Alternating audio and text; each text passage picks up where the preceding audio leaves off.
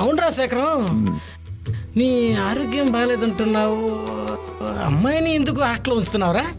మామయ్య నాన్నతో అలంతా ఎందుకు చెప్తున్నారు మామయ్య? ఇంటికి వచ్చి మంచి చెప్పొచ్చు కదా. ఒకసారి ఆయనకి ఫోన్ ఇవ్వండి మామయ్య. ఇక్కడ నీకు హెల్ప్ గా ఉంటుంది, తోడుగా ఉంటుంది. నాకు బ్లడ్ క్యాన్సర్ రా, ఫైనల్ స్టేజ్ లో ఉన్నాను రా. ఏం చెప్తున్నావురా? ఇల్లంతా రక్తపు మరకలురా, రక్తపు వాంతులురా, చెత్త కూడా బయట వేయలేకపోతున్నాను రా. అందుకే అందరికి దూరంగా ఉన్నాను రా. అశుభ్రంగా ఉందిరా ఇల్లంతా.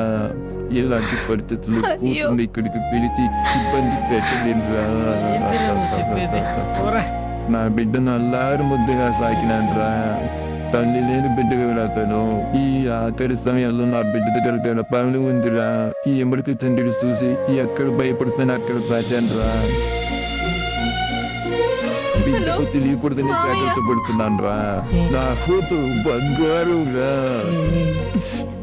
నా కూతురు ఎప్పుడు సంతోషంగా చల్లగా ఉండాలిరా. బాధను రోదనలు ఉండకూడదురా. బాగుండాలిరా తను. త్వరగా ఈ డబ్బు తీసుకెళ్ళి తన అకౌంట్ ముందు వేయిరా పోయి. సరే మామ, సరేనా? జాగ్రత్తగా ఉండు. కానీ ఒక్క విషయం రా,